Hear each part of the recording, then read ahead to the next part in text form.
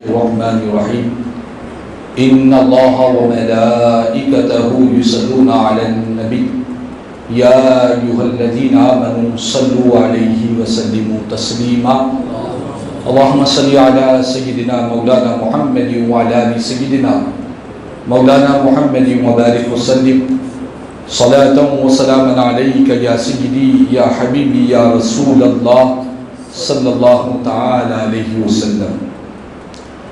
معزز حاضر محترم سامعین کرام، آئیے کچھ سننے اور سنانے سے قبل ہم اور آپ مل کر انتہائی عقیدت و محبت کے ساتھ حضور آقا نامدار سرور کرم مکہ سارے عالمین کے مختار، مدینے کے تاجدار، مکے کے سردار، سید الابرار جناب احمد مصطفیٰ محمد مصطفیٰ صلی اللہ تعالی علیہ وسلم کی بارگاہ میں ایک مرتبہ محبت اور عقیدت کے ساتھ بآواز بلند درود و سلام کا نذرانہ پیش کر لے۔ اللہم صلی علی سیدنا مولانا محمد وعلی آل سیدنا مولانا محمد وبارک وسلم صلاة و سلاما علیک یا سیدی یا حبیبی یا رسول اللہ صلی اللہ تعالی علیہ وسلم۔ معزز حاضر محترم سامعین کرام، یہ اسلامی مہینہ ذوالقعدہ کا مہینہ ہے اور اس مہینے کی 16 تاریخ کو قطب دکن سلطان القلم حضرت خواجہ بندہ نواز گیسو دراز بلند پرواز رحمۃ اللہ تعالی علیہ کے وصال مقدس آپ کے عرس شریف کی تاریخ ہے، اور ہمارے پاس دکن میں لوگ اس مہینے کو بندہ نواز کے مہینے کے نام سے بھی یاد کرتے ہیں۔ اسی مناسبت سے آج کا یہ جمعہ کا خطاب انشاءاللہ تعالی حضرت خواجہ بندہ نواز گیسو دراز بلند پرواز رحمۃ اللہ تعالی علیہ کے ذکر خیر اور آپ کی پیاری زندگی کا ہمارے لیے جو پیغام ہے انشاءاللہ تعالی اس پر مختصر سی گفتگو کرنے کی سعادت حاصل کروں گا۔ حضرت خواجہ بندہ نواز گیسو دراز رحمۃ اللہ تعالی علیہ کا اصل جو نام سیرت کی کتابوں میں بیان کیا گیا وہ آپ کا نام سید محمد آپ کا نام ہے، اور حضرت بندہ نواز رحمۃ اللہ تعالی علیہ آپ سلسلے چشت کے عظیم بزرگوں میں آپ کا شمار ہوتا ہے، اور حضرت بندہ نواز رحمۃ اللہ تعالی علیہ یہ اللہ تعالیٰ کے وہ پیارے اور محبوب بندے ہیں جنہوں نے آپ کے پیر و مرشد حضرت خواجہ نصیر الدین چراغ دہلوی رحمۃ اللہ تعالی علیہ کے وصال مقدس کے بعد آپ دہلی میں اپنے پیر و مرشد کے اسی مقام پر آپ سجادہ نشین رہے، اور پورے مکمل 44 سال تک سرزمین دہلی میں آپ نے قوم و ملت کے لیے خدمت خلق اور رشد و ہدایت کا کام کرتے رہے 44 سال تک۔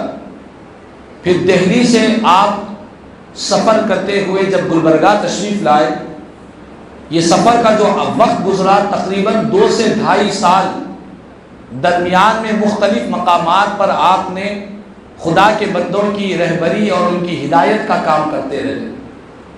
پھر وہاں سے جب آپ سرزمین گلبرگہ تشریف لائے، جامع مسجد کے قریب میں آپ قیام فرمایا، تو سرزمین گلبرگہ میں حضرت بندہ نواز گیسو دراز بلند پرواز رحمۃ اللہ تعالی علیہ 22 سال تک قوم و ملت کو اللہ اور اس کے رسول کی تعلیم، خدا کے بندوں کو خدا سے جوڑتے رہے 22 سال تک۔ اس طرح یہ جو رشد و ہدایت کا کام، دعوت و تبلیغ کا کام، خلق خدا کی خدمت کا یہ جو کام ہے، آپ نے 70 سال تک استقامت کے ساتھ، پابندی کے ساتھ، حالات اور مصائب اور تکالیف ان تمام چیزوں کا سامنا کرتے ہوئے آپ 70 سال تک قوم و ملت کی رشد و ہدایت کا کام کرتے رہے۔ اور یہی نہیں، آپ کی سیرت کی کتابوں میں لکھا ہے کہ اللہ تعالیٰ نے حضرت بندہ نواز رحمۃ اللہ کی تعالی علیہ کو لمبی عمر عطا فرمائی تھی، لمبی درازی عمر کی دولت بھی عطا فرمائی. اور یاد رکھ لیں، لمبی عمر کا ملنا، درازی عمر بھی ملنا، یہ بھی ایک اللہ کی عظیم نعمت ہے، بشرطے کہ بندہ اپنی زندگی کو، اپنی حیات کو اللہ اور اس کے رسول کی رضا کے والے کاموں میں لگا دے. ایک حدیث پاک میں آپ کو سنا دوں. میرے آقا کریم صلی اللہ تعالی علیہ وسلم نے ارشاد فرمایا، حضور کی بارگاہ میں کسی نے سوال کیا، ای رجل خیر، یا رسول اللہ صلی اللہ تعالی وسلم کون سا آدمی بہترین آدمی ہے؟ میرے آقا کریم صلی اللہ تعالی علیہ وسلم نے ارشاد فرمایا، من طال عمرہ وحسن عملہ. ارشاد فرمایا کہ بہترین آدمی وہ ہے جس کی لمبی عمر ہو، درازی عمر ہو، اور ساتھ ہی ساتھ اس کا عمل بھی اچھا ہو، اس کا عمل بھی نیک ہو. لمبی زندگی میں اس نے عبادات میں، اللہ کی بندگی میں، حسن اخلاق میں، قوم و ملت کی خدمت میں، اللہ اس کے رسول کی رضا میں، رشتہ داروں کے ساتھ صلہ رحمی میں، خدا کے بندوں کے ساتھ صدقات، خیرات، سخاوت میں، جس کی زندگی نیکیوں میں گزری، لمبی عمر اللہ نے عطا فرمائی. اس لمبی عمر میں اس نے اللہ کو راضی کرنے کے کام کیے. فرمایا یہ بہترین آدمی ہے، یہ بہترین آدمی ہے. اس کے بعد نبی پاک علیہ السلام سے پوچھا گیا، ای رجل شر، حضور بدترین آدمی کون ہے؟ نبی پاک علیہ السلام نے فرمایا، من طال عمرہ وساء عملہ. بدترین آدمی وہ ہے جس کو اللہ نے عمر تو لمبی عطا فرمائی، لیکن اس نادان، اس بے وقوف، اس بدبخت نے اللہ کی اس دی ہوئی عمر کا غلط فائدہ اور گناہوں میں، نافرمانیوں میں، فسق و فجور میں اس نے اپنی ساری زندگی گزاری. ارشاد فرمایا یہ بدترین آدمی ہے. تو معلوم یہ ہوا کہ بہترین اور بدترین دونوں چیزوں کو سرکار نے بیان کیا. بہترین وہ ہے جو اپنی زندگی کا ہر دن، ہر رات، زندگی کا ہر لمحہ اللہ اور اس کے رسول کی رضا میں لگا دیتا ہے، رب کی خوشنودی میں لگا دیتا ہے، خدا کو راضی کرنے میں لگا دیتا ہے. وہ بہترین ہے، وہ خوش نصیب ہے، وہ سعادت مند انسان ہے. اور بدترین آدمی وہ ہے جس کو اللہ نے زندگی کی دولت عطا فرمائی، لیکن اپنے شب و روز، اپنے رات دن، اپنے لیل و نہار، اپنی زندگی کے لمحات کو وہ غفلت میں، لاپرواہی میں، گناہوں میں، فسق و فجور میں جو زندگی گزار دیتا ہے، میرا آقا فرماتے وہ بدترین آدمی ہے. قربان جائے حضرت خواجہ بندہ نواز گیسو دراز بلند پرواز رحمت اللہ تعالی علیہ کو اللہ تعالیٰ نے 104 سال 4 ماہ 12 دن کی ظاہری حیات مبارکہ عطا فرمائی تھی. 104 سال 4 ماہ 12 دن اللہ تعالیٰ نے حضرت بندہ نواز کو عطا فرمائی. اور سرکار بندہ نواز رحمت اللہ تعالی علیہ نے جب بات درازی عمر کی آئی، جب بات لمبی عمر کی آئی، سرکار بندہ نواز کا ایک قول آپ کے گوشے گزار کرو. آپ فرماتے ہیں کہ لوگوں، اللہ سے جب دعا مانگو تو اپنی دعاؤں میں درازی عمر کی بھی دعا مانگو. اللہ مجھے لمبی زندگی دے، زندگی سے نفرت نہ کرو، زندگی سے محبت کرو، زندگی کی درازی عمر کے لیے دعا کرو. لیکن ساتھ ہی بندہ نواز فرماتے ہیں تمہاری اس دعا کے پیچھے نیت کیا ہونا چاہیے، مقصد کیا ہونا چاہیے، ارادہ کیا ہونا چاہیے. اس لیے نہیں کہ مالک لمبی عمر دے، خوب کھاؤں گا، پیوں گا، موج و مستی کروں گا، عیش و عشرت کروں گا، مال و دولت حاصل کروں گا، دنیا میں نام و شہرت حاصل کروں گا. فرمایا کہ نہیں، دنیا کے لیے نہیں، بلکہ لمبی عمر کی دعا رب سے اس نیت کے ساتھ کرو کہ مالک تیری زندگی مجھے نصیب ہوگی تو میں اپنی زندگی کو تیری رضا میں لگوا دوں گا، تیری خوشنودی میں لگواؤں گا، ایسے اعمال اختیار کروں گا جس سے تو اور تیرا پیارا محبوب راضی ہو جائے۔ اللہ سے دعا درازی عمر کی مانگو، لیکن نیت یہ ہو کہ مالک اپنی زندگی کے شب و روز، لیل و نہار، زندگی کا ہر لمحہ تیری عبادت میں، تیرے ذکر میں، تیری یاد میں، تیری خوشنودی میں، تیرے بندوں کی خدمت میں، خدمت خلق میں اپنی زندگی کے شب و روز لگا دوں گا۔ اس نیت سے تمہیں لمبی عمر کی دعائیں مانگنی چاہیے، اس نیت سے اللہ سے درازی عمر کی دعا مانگنی چاہیے۔ اور بندہ جب کوئی اچھی نیت سے اللہ کی بارگاہ میں دعا کرتا ہے، اللہ کی بارگاہ میں دعا کرتا ہے، نیت اچھی ہوتی ہے تو اللہ تعالیٰ اس کی دعا کو ضرور قبول فرمایا کرتا ہے۔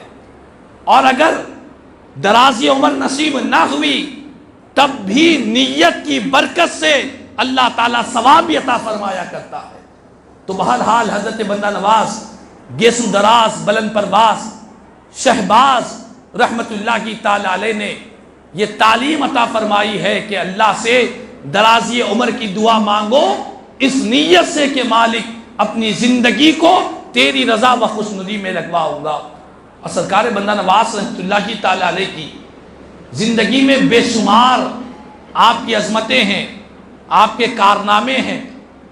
مشائخ چشت کے جو مشائخین چشت ہے ان میں سے آپ کا ایک خصوصی مقام یہ ہے، آپ کثیر التصانیف بزرگ گزرے ہیں، آپ نے بہت سی کتابیں لکھی ہے۔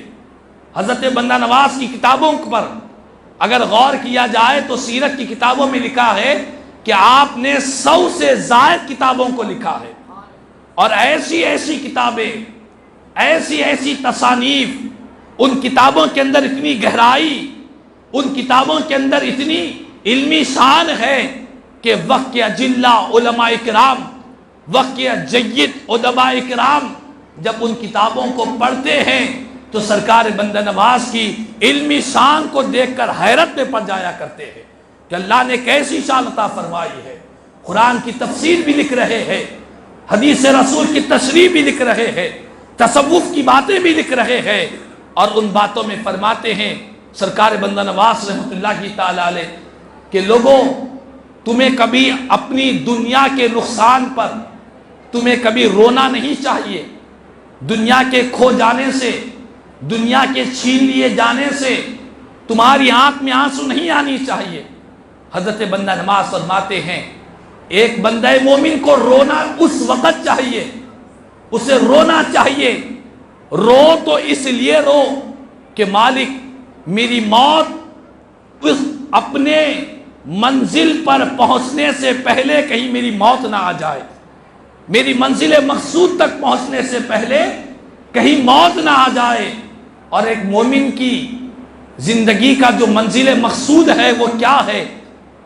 ایک مومن کی زندگی کا مقصد یہ ہے کہ مومن کا اٹھنا بیٹھنا، چلنا پھرنا، سونا جاگنا، تجارت کرنا، اس کی زندگی کے سارے معاملات اللہ اس کے رسول کی رضا کے لیے ہوئے کرتے ہیں۔ فرمایا تمہیں رونا ہے تو اس وقت رو کہ مالک کہیں میں تیری رضا حاصل کرنے سے پہلے، تیری خوشنودی کا پروانہ ملنے سے پہلے، تو مجھ سے راضی ہو جائے اس بات سے پہلے کہیں موت کا پیمبر آ نہ جائے، کہیں میرے جسم سے اس حالت میں روح پرواز نہ ہو جائے کہ تو ہم سے راضی نہ رہے۔ اس فکر میں رویا کرو، اس غم میں آنسو بہایا کرو، اس درد میں آنسو بہایا کرو۔ رونا ہو تو دنیا کے لیے نہیں، اپنے رب کو راضی کرنے کے لیے، اپنے رب کی خوشنودی کے لیے تمہیں اللہ کی بارگاہ میں آنسو بہانا چاہیے۔ اور قربان جائے سرکار بندہ نواز گیسو دراز بلند پرواز رحمت اللہ کی تعالی علیہ کی ایک ایک تعلیمات پر اگر غور کرے، ایک ایک جملے پر اگر غور کرے، قسم بخدا قیامت تک آنے والے نسل انسانی کے لیے آپ کی جو رشد و ہدایت کی باتیں ہیں اگر ہم اسے اپنے سینے سے اپنائیں، ہماری دنیا بھی کامیاب ہو جائے گی، ہماری آخرت بھی کامیاب ہو جائے گی۔ سرکار بندہ نواز رحمت اللہ کی تعالی علیہ آپ فرماتے ہیں کہ روزانہ رات میں سونے سے پہلے باوضو سویا کرو، وضو کے ساتھ سویا کرو. اور آپ فرماتے ہیں کہ سونے سے پہلے جب بستر پر جاؤ تو پہلا کام جو تمہیں یہ کرنا ہے کہ تم نے دن بھر کے اعمال کا محاسبہ کرنا چاہیے. دن بھر تم نے کون سے اعمال کیے، کتنی نیکیاں کی، اپنے قول کا بھی جائزہ لے، اپنے عمل کا بھی جائزہ لے. چونکہ انسان زبان سے نہ جانے کیا کیا باتیں کہہ دیتا ہے. زبان سے جو نکلتی ہے وہ باتیں میرے آقا کریم صلی اللہ علیہ وسلم نے فرمایا اسی زبان کی بدولت تم جہنم کی آگ میں اوندے داخل کر دیے جاتے ہو اگر زبان کا غلط استعمال کیا جائے.